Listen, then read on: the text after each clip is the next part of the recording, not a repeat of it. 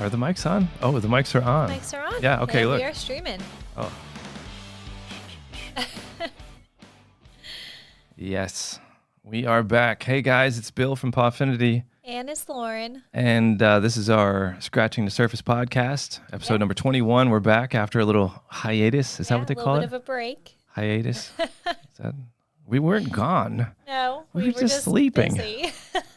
Yes, but now we're back and better than ever. Yes. Like one of the boy bands with plus one girl. So it's like solo act plus you.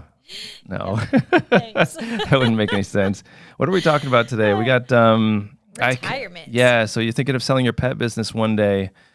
You might want to check out this podcast to learn a few things or keep a few things in mind that you might not have thought of. But before we get into that, don't we have cool stuff happening? Let me pull this up, browser. Yeah, we've had actually cool stuff. Quite a few updates since our last.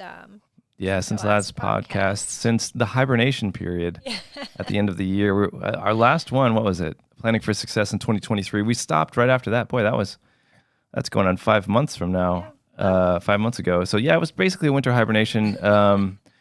We hope you guys found some success in the early part of the year. We're helping you guys get there with a few new updates. Version 5.9 came out with subscriptions, in January. And then a few other things. Most recently, though, surcharges.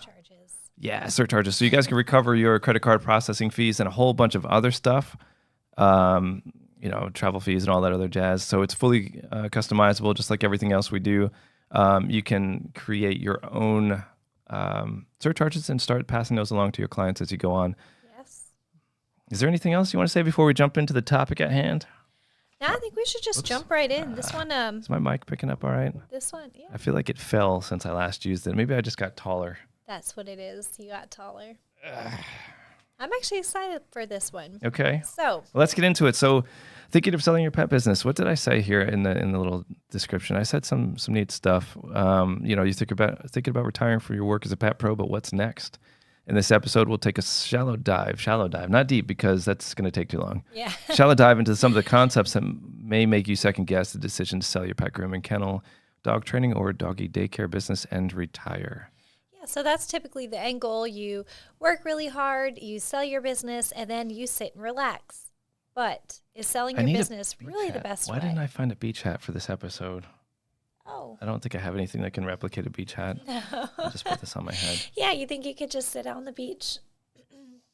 Go ahead. Sit on the beach, yeah, and retire from your business. Now, one of the things, let me take this off my head so I can actually read it. Residual income is going to be our first thing. So one thing that we've seen year after year, we have a fortunate capability to be able to interact with all sorts of different pet pros. People that are just starting out, before they've even started out, we get contacted by people when they have an idea. Yeah. They reach out to the software company. I guess we're the go-to place for that. But they bring their idea to us, all the way from there, all the way back to the part where people are selling their business to retire. Yeah. And we get to see that all simultaneously. So all of these different kind of life stages are happening at the same time here with our clientele. So it gives us some insight that we wanted to share with you guys. And one of the first things that comes to mind is all too often we see people sell their business. Pet grooming businesses we see sell from like $1,000 to $200,000. And that sounds great. Wow, I got a paycheck for $200,000. Well, the government's going to take 40% of that by the time you're done. Yes. So that's $80,000 already gone. So now you have 120 left. And if you spent, what are we looking at? $40,000 a year, let's say net income. Well, you'd live, probably where you're at right now as an acting pet pro. So because we're talking net, we're not talking gross income. Yeah. $40,000 net, you could live for 3 years before you're back to work again. Back. Yes. So the first one is the residual income. Let's talk about that. Yeah. So if you, instead of selling your business, it's kind of a better idea to just step back and manage the business while you have other people running it for you. Right. And that happens by growing that business while it's operating. So you work every day, and yes, your hands hurt and your feet hurt and you don't want to be doing this anymore, but you keep working it until you've got it to the point where you can pay someone else to run it. I don't recommend just leaving the business and letting your employees run it, because you need to hire a professional manager to run that business. Otherwise, it's just you would have been better selling it because it's just going to go straight into the ground. Yes. No offense to the employees, but if you're not a trained manager, you can't run a business. It took you years to build this business up to what it is. So you don't want to lose it in 6 months. Absolutely. By just stepping out. So that residual income that comes in though, you've worked, you build up the business, you're making a good revenue from it. You've gotten to the point where you could pay a decent wage to an actual professional manager. Now you do that and you start reeling back your income as they come on board and help team up with that manager to create that what's called residual income, where you may be working 1 day a week. You might be working no days a week and just check in on the business. Yeah, check in every now and then. But you're still getting a paycheck. And what's cool about this residual income is it adjusts with the time. So think like 10 years from now, 20 years from now, the value of the dollar is going to change. Or right now. Or over right the last, now. what was it, like the last 6 months? Now. I don't know. Well, 6 months, it's just like, it's all of a sudden, a bottle of water went from, let's just exaggerate, from $1 to $6 a bottle, just because COVID pricing or whatever it was. I think they're still trying to leverage that out there. The reason, there's a war halfway across the world, so we're going to raise the price of water. Reasons. Right. But if that happens and you're retired on that $40,000 that lasted you 3 years, you still have that $40,000 and that's it. Yeah. Versus if you still run the business, you can run it from afar. Have your employees run it. From the beach. Kind of manage it. Yes, you can still run it from the beach. This is my beach hat. But that income adjusts with the time. So you're going to be raising your prices as the cost of everything goes up, and that way your value of what you have, your dollar, is worth still what you need it to be worth. Yes, absolutely, because it definitely disintegrates over time. I mean, your retirement, even a fixed retirement, a pension plan, which is really rare these days, whatever it might be at the time in which you retire. I mean, if you live 20 more years, I think people count on the fact that like maybe they'll die. You know what I mean? Like this money's really good right now, and for the next 5 years, I should be doing okay. But what happens if you are still alive in 20 years and you're playing with grandchildren or whatever? Well, it's hard to really look that far in the future because when you've worked your butt off for so many years, you're just ready. I mean, you're ready to retire. As a service person, I mean, working your butt off could be 10 years. It could be 15 years that you've done this job. And you're ready to be done. Yeah, but I mean, it could be the point where you've worked 10 years and you're ready to have this over with. Yes. 15 years of dog grooming, let's say. I mean, your hands are going to be hands and your wrists. They're going to be tired, and you're going to start getting carpal tunnel and wonder how much longer you can do it. Well, don't ask yourself that question. Ask yourself, how long will it take me to train a manager and other staff to do it for me? So even if you step out of the functional roles of doing the physical service, you could still manage your own business. And those are the stages. I kind of skipped that stage because we are talking about retirement. But really the first step is to back yourself out from the actual physical operation day to day, go into a management role, get everything boosted up, then hire a manager, and you can step out altogether. Absolutely. But that'll buy you some time and also give you some residual income that you can count on for the 20 years later when you're still alive and you still need to be making that money, because Social Security may not be there for you, to leverage. Yeah, well, you don't want to rely on that kind of stuff too. You want to have control of your income. That's for sure. You want to have your own control of it. And that leads directly into number two, I guess. We kind of blended both of the first two there. So number two is no capped income. Continue to increase your revenue or increase your paycheck. Absolutely. So when you sell your business, you're on a fixed income, and that's it. It doesn't change. That income just dies straight out. It's gone. Yeah. It doesn't keep coming in. It's done. No, that's what I meant to say. Yeah, $200,000. That's it. I mean, at 40%, because the tax bracket goes up, guys. Remember, you're not paying like 25%. So at $200,000, you should expect to be paying almost 40%. It's like 37% or something like that. Well, your money's gone. I mean, you live 3 years the same way you're living right now, and then you're back to work again with no asset. Yeah, that's exactly. So when you retire, you want to make sure that you're paying off your stuff. So you're paying off your house, you're paying off cars, but also think like 10 or 20 years down the road, you're going to need to replace those cars. You might need to fix things on the house. So you don't want to just look at your annual income. You also want to make sure that what you're retiring with is going to take care of everything, and it's not going to make you go back to work. Right, because that's the last thing you want to do, be 70 years sitting old. on the beach and then have to go back to work. Yeah, so it's like 10 years ago, I retired from my business. I was on the beach. Well, now I'm working, I'm a cashier somewhere, and I don't want to be doing this. Exactly. So the whole point of retiring, I think, is to be able to do the things that you wanted to do all those years, and you can do that without selling the business. Yes. If you've properly planned. And so you guys, all of you that are watching, unless you have nothing to do with our industry, which I'm not sure why you're still here, but you all have spent a lot of time building this business and getting yourselves successful, finding success. Continue that process because, as we said in number 2, no capped income. There's no ceiling here. You don't know if in 5 years you'll have crazy growth like we have had here in Raleigh, and your population could double, which means your income has the potential to double or more. You could have, go from a 3-person business to a 6-person business, and your revenue comes in and it doubles your owner's paycheck. Yeah, or you what can they call expand to dividends. new services. There's a whole bunch of options, but you're not limited to what you sold the business for. Right. Yeah. So that's the most exciting part for me. Yeah. Like, I like having these conversations with clients because they get excited about a number. They're like, oh my goodness, I got an offer to buy my business for, $200,000. Don't take it. Yeah. That's not worth it. It'll be good for about a year, maybe 2. And then you're going to be in the same position. Unless you go out and buy like Lambos or something. If you go out and buy, it's going to be good for 6 months. If you sell your business and you go out and you buy a brand new car, we don't recommend. No. Then, like she said before, the point is before you've done that retirement, you have to pay off all your stuff anyway. So you should have bought that car years before that you take that exit from your own business. Exactly. So it's really important. So number 1, residual.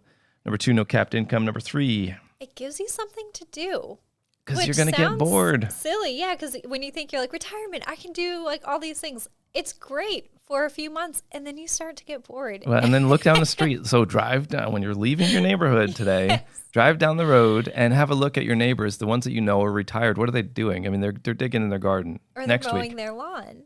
What are they doing? Digging in their garden. Always. The week after, what are they doing? Digging in their garden. So, but the first few months that they're retired, you don't see them anywhere. Yeah. So they were actually out exploring life. They were doing things, and then once you do that. Then they're like, I don't have anything to do, so let me go cut the grass. And I'm going to put some new flowers and cut the grass.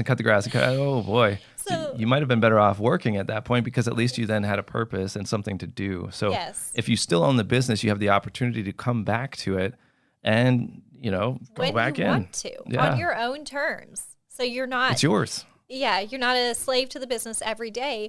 But when you want to come back and do things, you're able to. Right. When you want to work a little bit more, go in for a week or 2 and work a little bit more and then step out and go to the beach. Or take a month off, take a trip to Europe, hang out on the beach, somewhere.